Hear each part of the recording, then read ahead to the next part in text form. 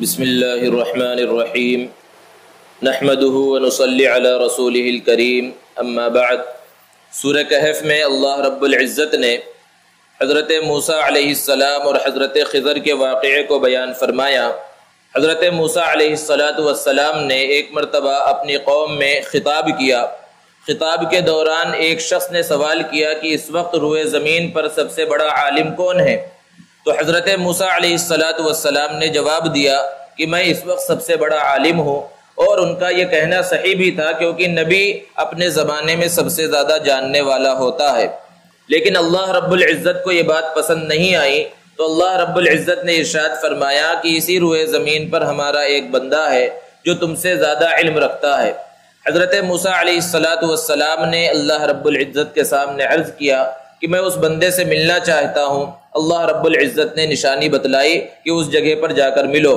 حضرت موسیٰ علیہ السلام نے اپنے شاگرد حضرت یوشع ابن نون علیہ السلام کو بھی اپنے ساتھ میں لیا، جو اس وقت تک نبی نہیں ہوئے تھے، آگے چل کر وہ بھی نبی بنے، اور توشے دان بھی ساتھ میں لے لیا، اور توشے دان کے اندر ایک مچھلی کو رکھ لیا، اور نشانی یہی بتلائی گئی تھی کہ اس کے اندر جو مچھلی ہے وہ جہاں پر غائب ہو جائے گی وہیں پر اس آدمی سے ملاقات ہوگی۔ حضرت موسیٰ اور حضرت یوشع دونوں ساتھ میں چلتے رہے۔ ایک جگہ پر حضرت موسیٰ علیہ السلام نے قیام کیا اور تھوڑی دیر آرام کیا۔ حضرت یوشع ابن نون جگ رہے تھے۔ پھر اس کے بعد حضرت موسیٰ علیہ السلام اٹھے اور آگے کا سفر کرنا شروع کیا، تو تھکاوٹ بہت زیادہ محسوس ہوئی۔ حضرت موسیٰ علیہ السلام نے کہا لاؤ توشے دان کھولو، ہم کچھ کھا پی لیں کیونکہ اس سفر نے ہمیں بہت تھکا دیا ہے۔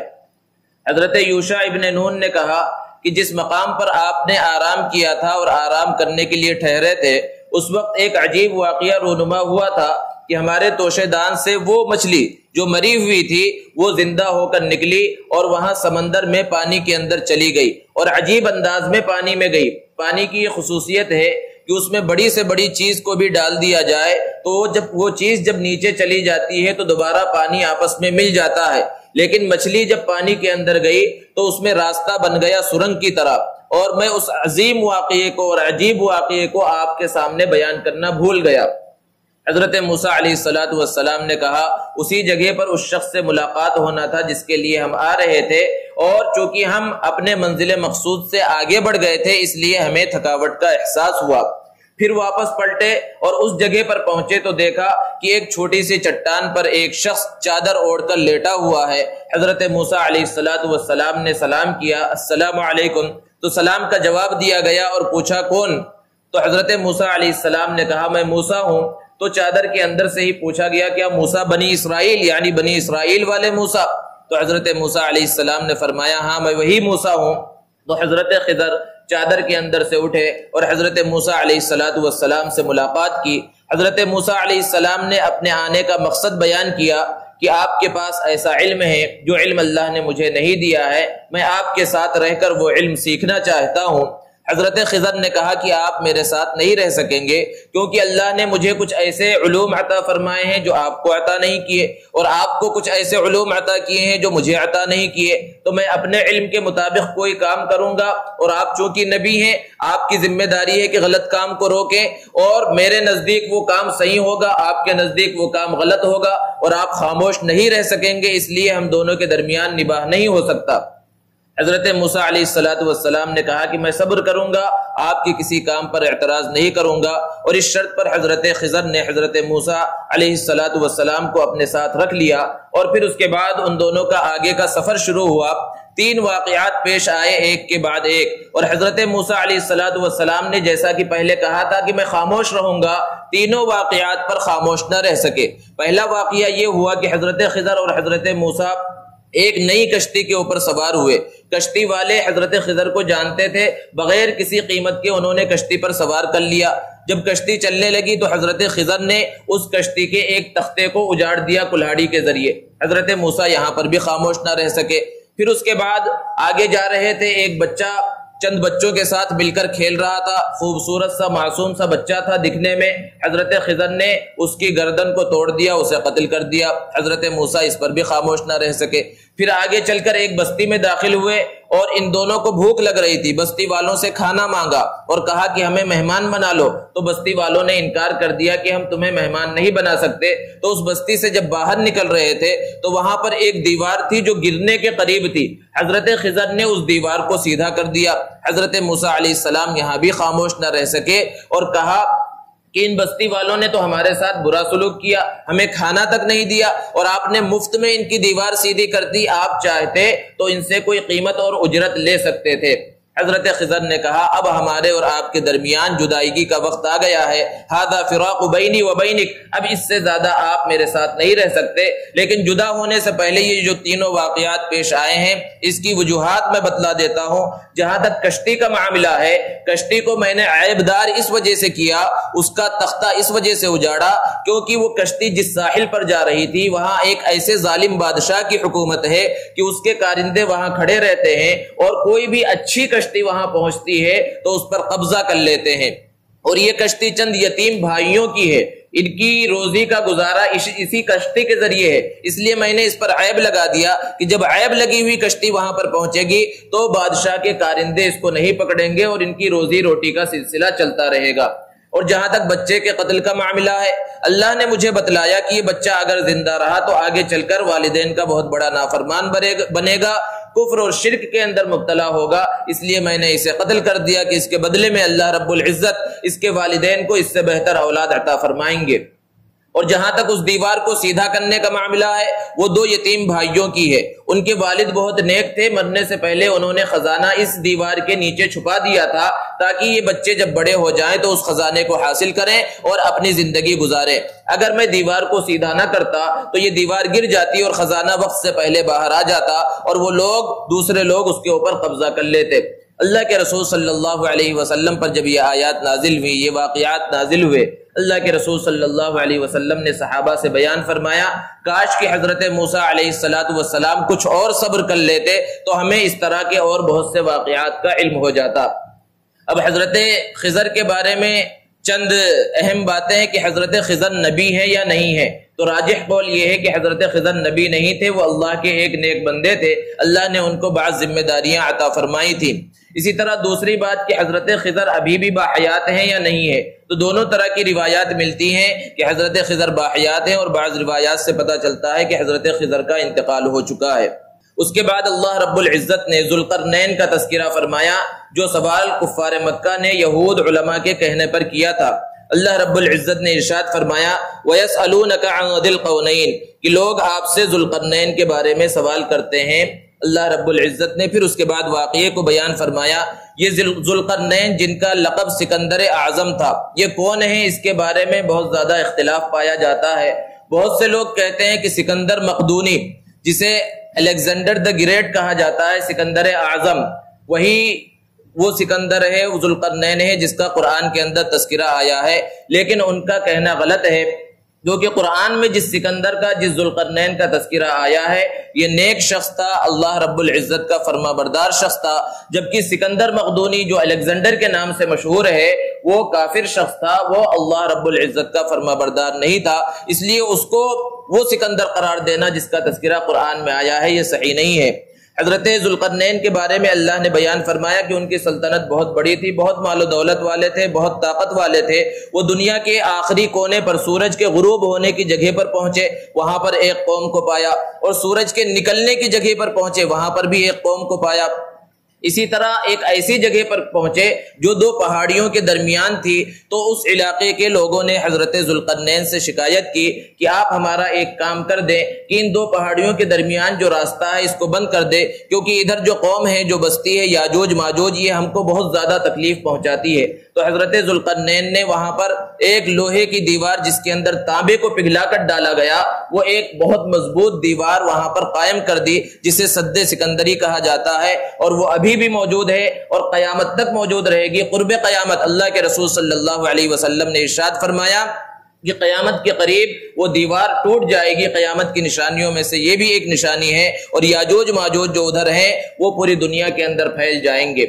یاجوج ماجوج کون ہیں اس کے بارے میں طرح طرح کی من گھڑت روایتیں مشہور ہیں، ان کے الگ الگ قصے، کہانیاں اور لطیفے بیان کیے جاتے ہیں۔ حالانکہ صحیح بات یہ ہے کہ یاجوج ماجوج بھی انسانوں میں سے ہی ہے، لیکن وہ شریر قسم کے ہیں اور لوگوں کو زیادہ تکلیف پہنچاتے ہیں، اس لیے ایک علاقے میں ان کو قید کر دیا گیا ہے۔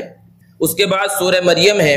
اس سورت کا نام مریم اس وجہ سے رکھا گیا کہ اللہ رب العزت نے حضرت مریم کے واقعے کو ابتدا میں بیان کیا ہے۔ حضرت مریم حضرت زکریا علیہ السلام کی کفالت میں تھی، ان کی دیکھ بھال حضرت زکریا کیا کرتے تھے۔ حضرت زکریا علیہ السلام نے ایک مرتبہ حضرت مریم کے پاس دیکھا کہ بے موسم کے پھل ان کے پاس ہیں، یعنی ایسا موسم جس کے اندر وہ پھل مارکیٹ میں نہیں ملتا ہے لیکن وہ ان کے پاس موجود ہے۔ تو پوچھا کہ یہ کہاں سے آیا؟ تو انہوں نے بتلایا کہ اللہ رب العزت کی جانب سے ملا ہے۔ تو حضرت زکریا جو بہت بوڑھے ہو چکے ہیں، روایتوں کے اندر ہے کہ ان کی عمر 120 سال ہو چکی ہے اور ان کی بیوی کی عمر 98 سال ہے اور اب تک کوئی اولاد نہیں ہے اور وہ بانجھ بھی ہیں، جب انہوں نے اس چیز کو دیکھا کہ اللہ رب العزت اس بات پر قادر ہے کہ بغیر موسم کے پھل عطا کر دے، تو اللہ رب العزت کے سامنے ارشاد فرمایا، ربی انی وہن العظم منی واشتعل الرأس شیبا، کہ میرے پروردگار میں بہت کمزور ہو چکا ہوں، میری ہڈیاں کمزور ہو چکی ہیں، میرے اوپر بڑھاپا آ چکا ہے، لیکن اب تک میں نے جو کچھ بھی آپ سے مانگا ہے کبھی آپ نے خالی ہاتھ مجھے نہیں لوٹایا، فہب لی من لدنک ولیہ، لہذا مجھے اولاد عطا فرما دیجئے۔ اللہ رب العزت نے اس دعا کو قبول کیا اور حضرت زکریا علیہ السلام کو بڑھاپے کی عمر میں، جبکہ ان کی بیوی کی عمر بھی بہت زیادہ تھی، ایک نیک اولاد حضرت یحییٰ علیہ السلام کی شکل میں عطا فرمایا۔ اس کے بعد اللہ نے حضرت مریم کا تذکرہ فرمایا کہ حضرت مریم کو اللہ رب العزت نے ان سے یہ کہا، ایک فرشتہ ان کے پاس آیا کہ اللہ رب العزت تمہیں ایک بیٹا عطا کرنا چاہتا ہے۔ تو حضرت مریم نے کہا کہ میرا نکاح نہیں ہوا ہے اور میں غلط کام کرنے والی عورت نہیں ہوں، کسی آدمی نے مجھے ہاتھ نہیں لگایا، تو مجھے اولاد کیسے ہو سکتی ہے؟ تو اس فرشتے نے کہا کہ ایسے ہی تمہارا رب ایسے ہی چاہتا ہے۔ بہرحال حضرت مریم کے ہاں ولادت ہوئی لڑکے کی، حضرت عیسیٰ علیہ السلام پیدا ہوئے، اور جب قوم کے اندر حضرت مریم پہنچی تو قوم کے لوگوں نے طعنے دینا شروع کیا اور بتانا شروع کیا کہ تم اچھے خاندان سے تعلق رکھتی تھی، تمہارے بھائی ایسے نہیں تھے، فلاں ایسے نہیں تھے، لیکن تم نے تو بہت غلط کام کیا ہے، یہ بچہ کہاں سے آیا؟ حضرت مریم خاموش رہیں اور بچے کی جانب اشارہ کیا کہ اسی بچے سے پوچھ لو۔ تو وہ بچہ جو ابھی 1-2 دن کا ہے اور بولنے کی عمر میں نہیں ہے، اس نے بات کی اور خطاب کیا، اور ایسا خطاب کیا کہ بڑے بڑے مقرروں اور خطیبوں کے خطاب کو اس پر قربان کیا جا سکتا ہے۔ حضرت عیسیٰ علیہ السلام نے ماں کی گود کے اندر رہتے ہوئے ارشاد فرمایا، انی عبد اللہ آتانی الکتاب وجعلنی نبیا، اللہ نے مجھے کتاب عطا کی ہے، مجھے نبی بنایا ہے۔ یہ آگے زمانے کے اعتبار سے انہوں نے بیان فرمایا، وجعلنی مبارکا اینما کنت، اور مجھے بابرکت بنایا میں جہاں کہیں بھی ہوں، واوصانی بالصلاۃ والزکاۃ ما دمت حیا، مجھے نماز اور زکوٰۃ کی وصیت کی ہے جب تک میں زندہ رہوں، وبرا بوالدتی، اور مجھے میری والدہ کے ساتھ حسن سلوک کا حکم دیا، ولم یجعلنی جبارا شقیا، اور اللہ نے مجھے ظالم اور بدبخت نہیں بنایا، والسلام علی یوم ولدت ویوم اموت ویوم ابعث حیا۔ یہ الفاظ ہیں حضرت عیسیٰ علیہ السلام کے جو انہوں نے بچپن میں کہے تھے۔ پھر اس کے بعد اللہ رب العزت نے حضرت ابراہیم علیہ السلام کے مختصر واقعے کو بیان فرمایا کہ حضرت ابراہیم نے جب اپنے والد کو دیکھا کہ وہ بت پرستی میں مبتلا ہیں اور بت تراشی کے اندر مبتلا ہیں، تو اپنے والد سے کہا، اذ قال لأبیہ یا ابت لم تعبد ما لا يسمع ولا يبصر ولا يغني عنك شیئا، کہ اے ابا جان آپ ایسی چیز کی عبادت کیوں کرتے ہیں جو نہ تو سن سکتی ہے، نہ دیکھ سکتی ہے، اور نہ آپ کو کوئی فائدہ پہنچا سکتی ہے۔ یا ابت انی قد جاءنی من العلم ما لم یأتک فاتبعنی اہدک صراطا سویا، اے ابا جان اللہ نے مجھے ایسا علم عطا فرمایا ہے جو علم آپ کو عطا نہیں فرمایا، لہذا آپ میری اتباع کیجئے، میں آپ کو سیدھے راستے پر لگا دوں گا۔ یا ابت لا تعبد الشیطان، اے ابا جان شیطان کی عبادت مت کیجئے، ان الشیطان کان للرحمن عصیا، شیطان اللہ رب العزت کا بہت بڑا نافرمان ہے۔ یا ابت انی اخاف ان یمسک عذاب من الرحمن فتکون للشیطان ولیا، اے ابا جان مجھے ڈر ہے، خوف ہے کہ کہیں آپ اللہ کے عذاب میں نہ مبتلا ہو جائیں اور آپ شیطان کے ساتھی ہو جائیں۔ اتنے اچھے انداز میں حضرت ابراہیم نے سمجھایا تو نصیحت کا اثر ہونے کے بجائے باپ نے یہ کہا اراغب انت عن آلہتی یا ابراہیم، کیا تو مجھے میرے معبودوں سے برگشتہ کر رہا ہے اے ابراہیم؟ اگر تو ان سب چیزوں سے باز نہیں آیا تو میں تجھے پتھر مار مار کر ہلاک کر دوں گا، یا تو مجھے چھوڑ کر چلا جا۔ حضرت ابراہیم نے کہا ایسے بت پرستی کے ماحول میں میں نہیں رہ سکتا، سلام علیک، آپ پر سلامتی ہو، میں جا رہا ہوں۔ پھر اس کے بعد بھی تفصیلی واقعے کو اللہ رب العزت نے بیان فرمایا۔ پھر اس کے بعد سورہ طٰہٰ ہے۔ طٰہٰ یہ نبی کریم صلی اللہ علیہ وسلم کا اسم گرامی ہے۔ پہلی آیت میں ہی اللہ رب العزت نے محمد عربی صلی اللہ علیہ وسلم کو مخاطب کیا اور ارشاد فرمایا ما انزلنا علیک القرآن لتشقی، کہ ہم نے آپ پر قرآن کو اس لیے نازل نہیں فرمایا کہ آپ مشقت کے اندر مبتلا ہو جائیں، یہ تو ہم نے نصیحت کے لیے اتارا ہے تاکہ لوگ نصیحت حاصل کریں اور ڈریں اور اللہ کا ڈر ان کے دل کے اندر پیدا ہو۔ اس کے بعد اللہ رب العزت نے سورہ طٰہٰ کے اندر تقریباً آیت نمبر 8 سے آخر تک حضرت موسیٰ علیہ السلام کو بہت تفصیل کے ساتھ بیان فرمایا، جو کہ حضرت موسیٰ علیہ السلام کا واقعہ آگے چل کر سورہ قصص میں بھی آ رہا ہے، اس لیے ان کے واقعے کو جو بچپن سے واقعات ہیں اس کو تفصیلی طور پر وہاں پر بیان کیا جائے گا۔ اس صورت کے آخر میں اللہ رب العزت نے بیان فرمایا وَمَنْ أَعْرَضَ عَنْ ذِكْرِي فَإِنَّ لَهُ مَعِيشَةً ضَنْكَ، کہ جو مجھ سے اعراض کرے گا، میری عبادت سے، میرے ذکر سے اعراض کرے گا تو میں اس کی روزی کو تنگ کر دوں گا۔ پھر اس کے بعد آخر میں نماز کی اہمیت کو بیان کرتے ہوئے ارشاد فرمایا وَأْمُرْ أَهْلَكَ بِالصَّلَاةِ وَاصْطَبِرْ عَلَيْهَا، کہ اپنے گھر والوں کو نماز کا حکم دیجئے اور خود بھی اس کے اوپر قائم رہیے۔ یہ نماز کی اہمیت اور فضیلت ہے کہ جگہ جگہ پر اللہ رب العزت نے انبیاء کرام کو، محمد عربی صلی اللہ علیہ وسلم